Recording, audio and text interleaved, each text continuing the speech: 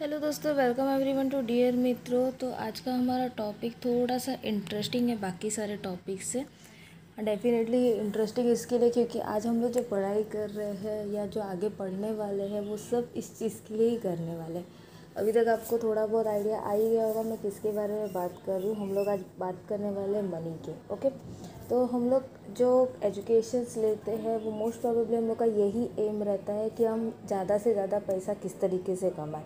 अब वो graduation base पे हो, ट्वेल्थ बेस पे हो, पोस्ट ग्रेजुएशन बेस पे, वो मायने नहीं रखता। बस हम लोग का एक ड्रीम रहता है कि एक टाइम आए कि हमारे पेरेंट्स एकदम फ्री हो जाए और हम पैसे कमाने लग जाए, है ना। सबका ड्रीम यही रहता है। तो ये मनी हम लोग को सिर्फ एक कंसेप्ट पहले यही पता है कि मनी का मतलब पैसा, जितना ज़्यादा पैसा कमाओ उतना ज़्यादा रिचनेस में रहो, वेल टू डू फैमिली में बिलोंग करो। लेकिन ये मनी आया कहाँ से, इसका ओरिजिन क्या है, इसके एडवांटेज और डिसएडवांटेज क्या है, ये हमने कभी सोचा नहीं ना हम लोग कभी सोचेंगे, क्योंकि ये सब चीज़ें कौन ही पढ़ता है, बराबर।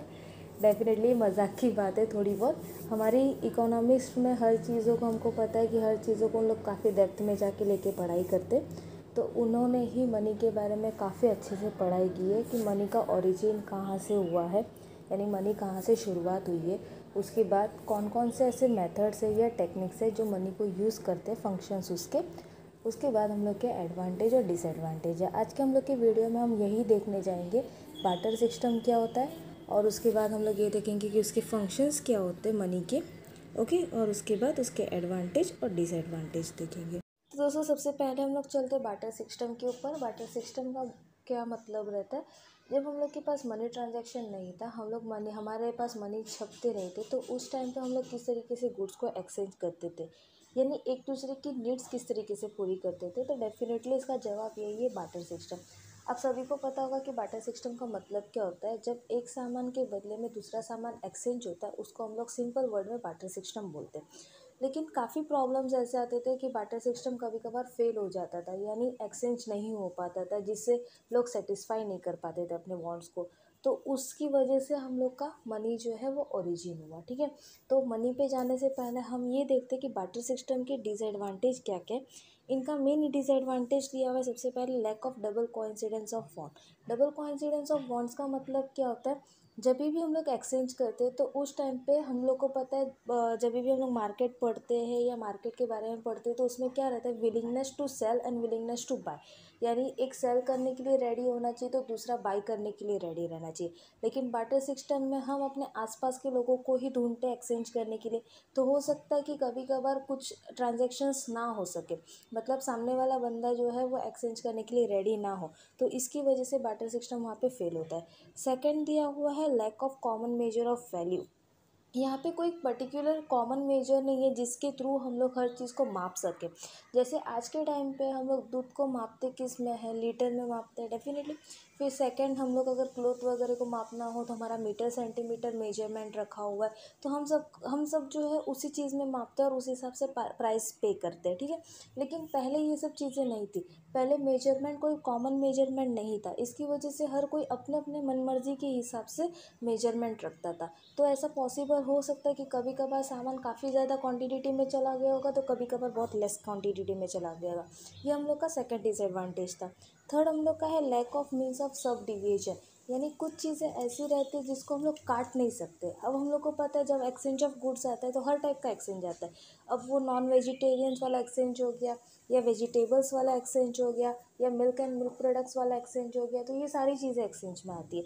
तो बाकी सब चीज़ें तो ठीक है, यानी वेजिटेबल्स वगैरह तो ठीक है, हम लोग बांट भी सकते हैं। लेकिन लिविंग्स थिंग जैसे हो गए, जैसे कि हैन हो गया, गोट हो गया, बफेलोज हो गया, तो इसको हम लोग कैसे बांटेंगे, इसको हम लोग कैसे एक्सचेंज कर पाएंगे, नहीं कर पाएंगे डेफिनेटली। हमको अगर हाफ के जी राइस चाहिए, उसके बदले में सामने वाला बंदा हाफ के जी हैन मांग रहा होगा और हमारे पास 1 kg का हैन होगा, तो क्या हम लोग दे सकते हैं? नहीं दे सकते। हम लोग उसको काट तो नहीं सकते, क्योंकि एक बार काट गया तो फिर गया, है ना। हमको पूरा ही बांटना पड़ेगा या पूरा ही देना पड़ेगा, तो इसकी वजह से सब डिवीज़न नहीं हो पाता था। फोर्थ हम लोग का है lack of store value.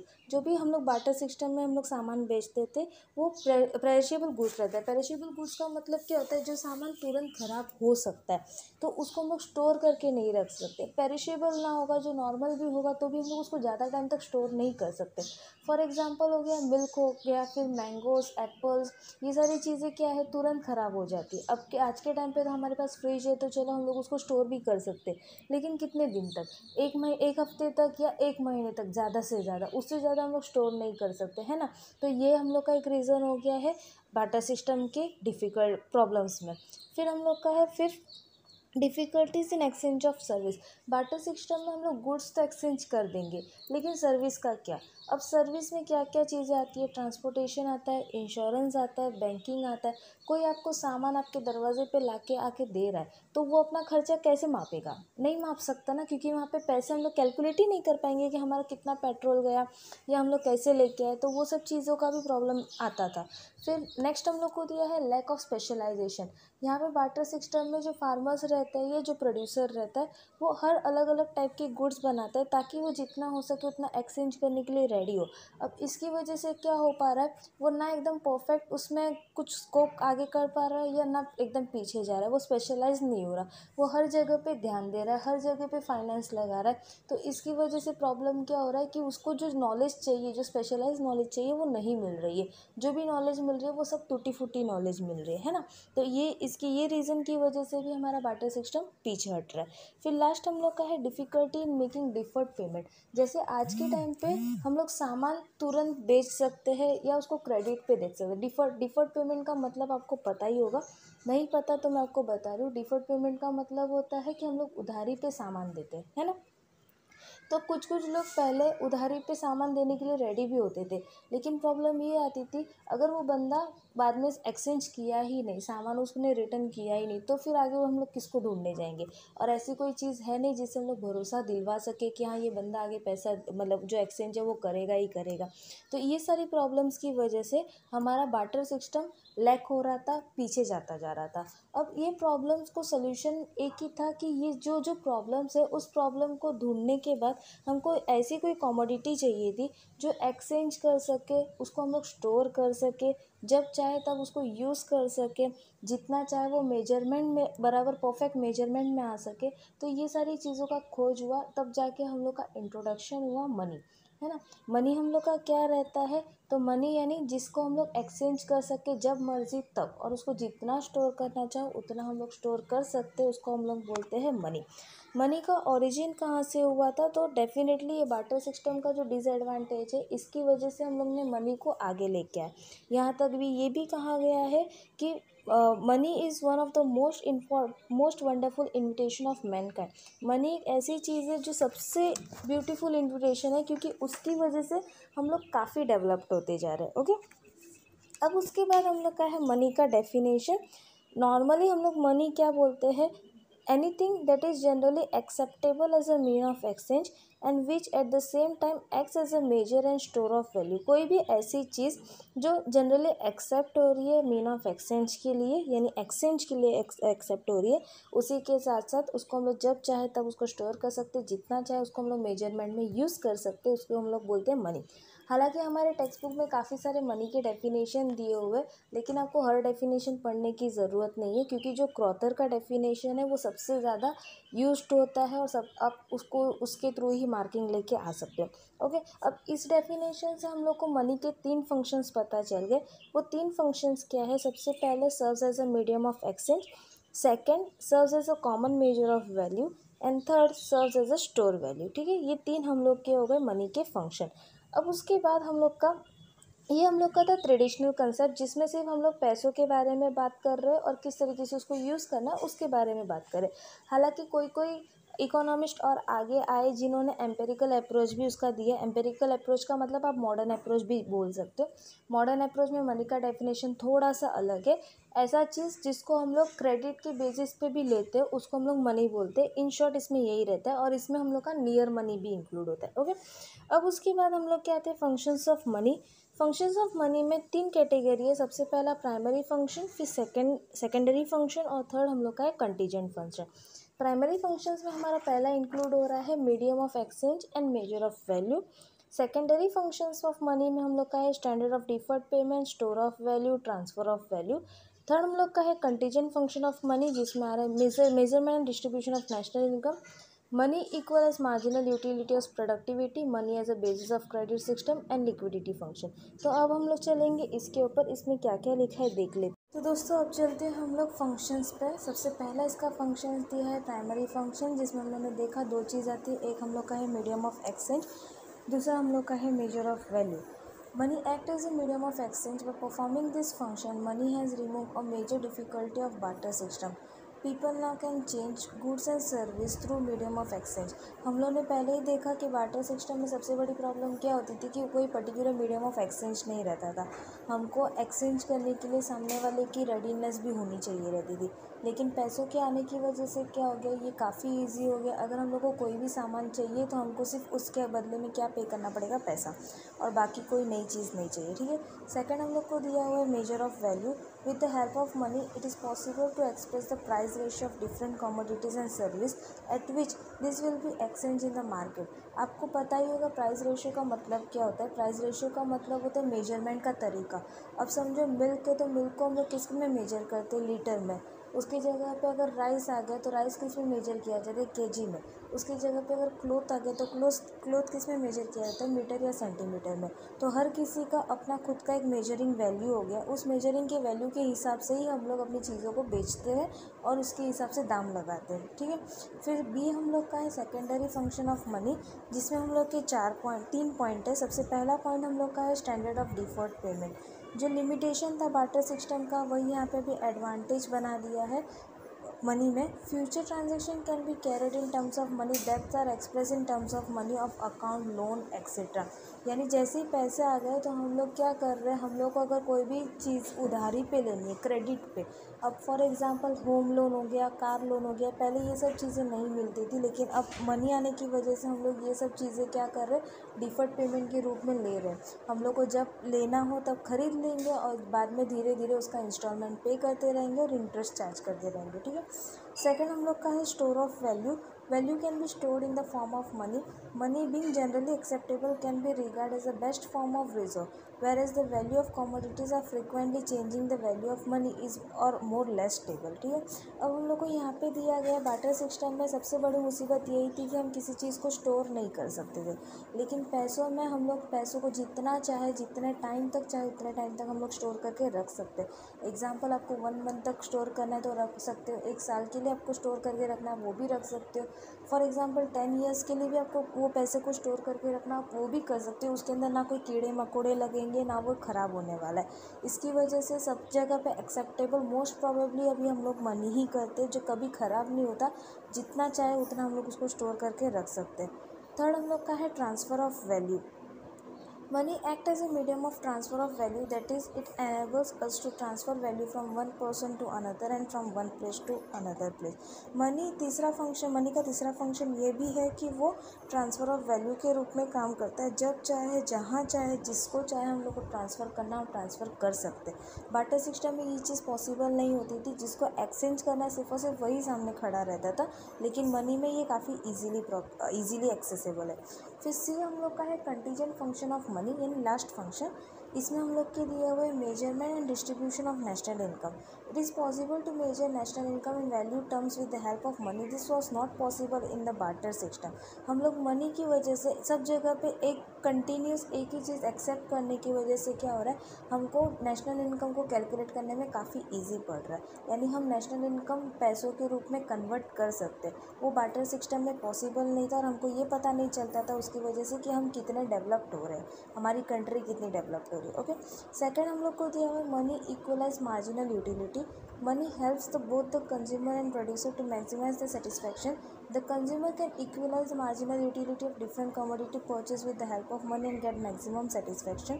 Likewise, a producer can equalize the marginal productivity of different factors of production in order to maximize its profit. पैसों की वजह से कंज्यूमर जितना अपना सामान जितना पैसा लगाएगा उतना वो ज़्यादा से ज़्यादा सेटिस्फेक्शन पाएगा, और वो पैसे उसी चीज़ के लिए लगाता है ताकि जितना वो पैसा भरे उसके बराबर के हिसाब से उसको अपना सामान से सेटिस्फेक्शन मिले। और उसी जगह पे अगर प्रोड्यूसर के रूप में हम लोग देखे जाएंगे तो प्रोड्यूसर सामान क्यों बनाता है, तो उसके बदले में उसको प्रॉफिट मिले। तो ये दोनों की तरफ इक्वलिटी होती है, प्रोड्यूसर के लिए भी और कंज्यूमर के लिए भी। थर्ड हम लोग को दिया है money as a basis of credit system.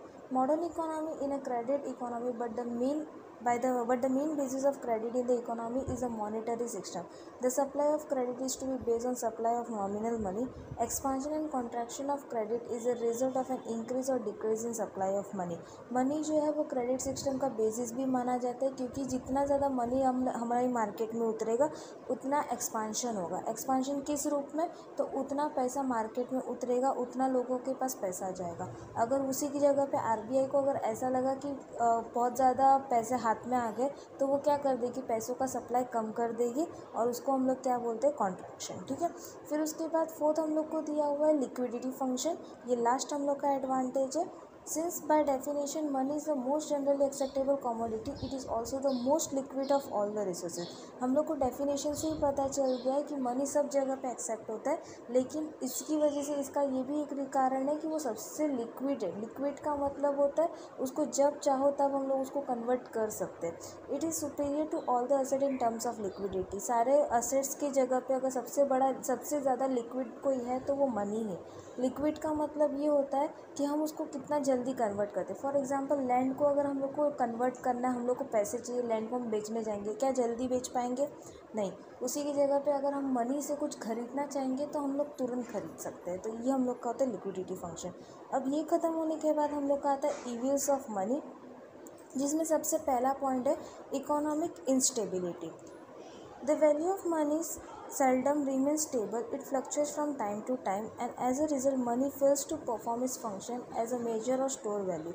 Frequent changes in the value of money are reflected in the changes in general price level, leading to the inflationary and deflationary situation. हमने पहले ही देखा कि money जो है वो सबसे ज़्यादा flexible है, और उसी की वजह से हम लोग का सारा रेट ऑफ इंटरेस्ट या तो फिर मार्केट रेट जो है वो चेंजेस होता रहता है। अगर मनी को हम लोग कंट्रोल करके नहीं रखें, उसको स्टेबल नहीं रखें, तो क्या प्रॉब्लम हो सकती है, या तो काफ़ी ज़्यादा इन्फ्लेशन आ जाएगा या तो काफ़ी ज़्यादा डिफ्लेशन हो जाएगा। ओके, फिर सेकंड हम लोग का दिया हुआ है over capitalisation and over production.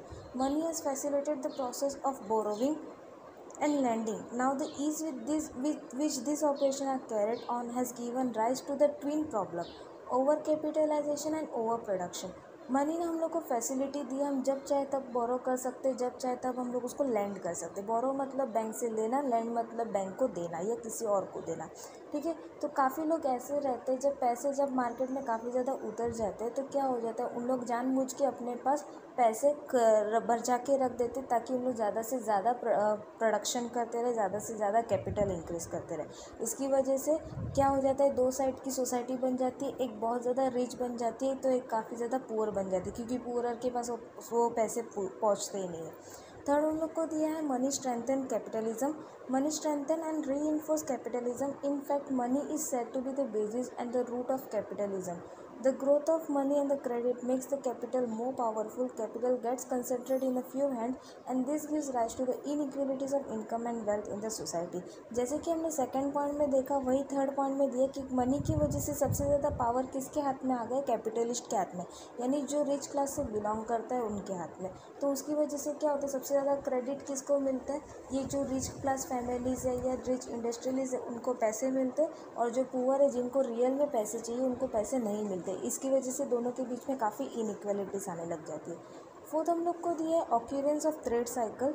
A capitalist economy which is based on money give rise to the trade cycle like boom, recession, depression and recovery which results the instability in the economy, as a result of which different community are put to the various types of difficulties and inconvenience. हम लोग की capitalist economy की होने की वजह से continuous हम लोग का ट्रेड साइकिल चेंज होता रहता है। कभी ऐसा आता है कि काफ़ी ज़्यादा बूम पीरियड चलता है, कभी ऐसा आता है कि रिसेशन हो जाता है, फिर डिप्रेशन आता है। आप ये ट्रेड साइकिल पढ़ ही चुके हो। तो कैपिटलिस्ट के जो मार्केट आरबीआई के हाथ में होना चाहिए वो किसके हाथ में चलता है, कैपिटलिस्ट के हाथ में चलता है, और इसकी वजह से जो मिडिल क्लास लोग हैं या स्मॉल क्लास लोग हैं उनको काफ़ी प्रॉब्लम क्रिएट होती है। फिफ्थ हम लोग को दिया हुआ problem of management. It is rather difficult to manage and control money. As long as money is properly managed and controlled, it acts as a servant. But when it goes out of control, it acts as a master. हम लोग को ये बहुत अच्छा line दिया हुआ है कि जब तक मनी हम लोग के कंट्रोल में रहता है तब तक काफ़ी अच्छा है. जब तक कंट्रोल में रहा तो वो सर्वेंट के रूप में हमको काम करेगा. सर्वेंट मतलब जो हम लोग को हमेशा सर्व करता रहे. लेकिन जिस वक्त पे ये कंट्रोल छूट गया तो वो क्या बनेगा, हमारे ऊपर सिर के ऊपर नाचेगा. हर ये मजाक था. एक्चुअली वो मास्टर बन जाता है क्योंकि कंट्रोल जो है वो जो पैसे वाला रहता है उसके हाथ में आ जाता है. ठीक है. फिर सिक्स्थ हम लोग का है inequalities of income and wealth. Money is directly help responsible for the prevailing inequalities of income and wealth. In the society is found to be divided into two classes, rich and poor. The possession of money being a source of economic power result in the exploitation of the poor by the rich.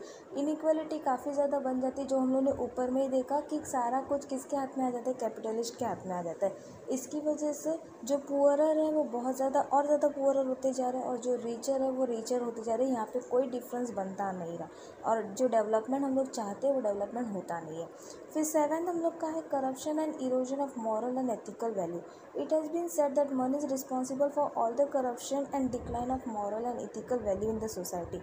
Money ही सबसे बड़ा कारण है जिसकी वजह से corruption काफ़ी ज़्यादा बढ़ गया है. हम लोग देखते हैं आज के टाइम पे कोई लोग पैसों के लिए क्या क्या चीज़ें नहीं करते. कोई अपना जजमेंट अपना बेच देता है, कोई जो अपना प्रोफेशन अच्छे से चला रहा है वो पैसों के लिए दलाल भी करता है. तो ये सब चीज़ें जो है मॉरल और एथिकल वैल्यू को नुकसान करती है.